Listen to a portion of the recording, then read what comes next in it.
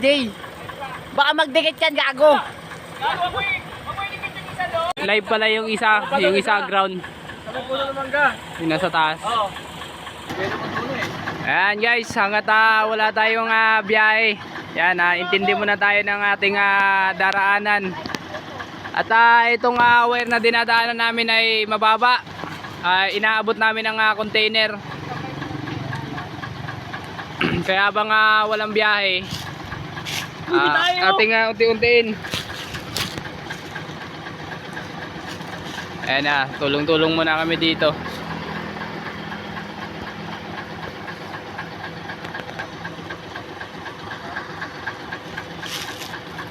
Ayun, itim.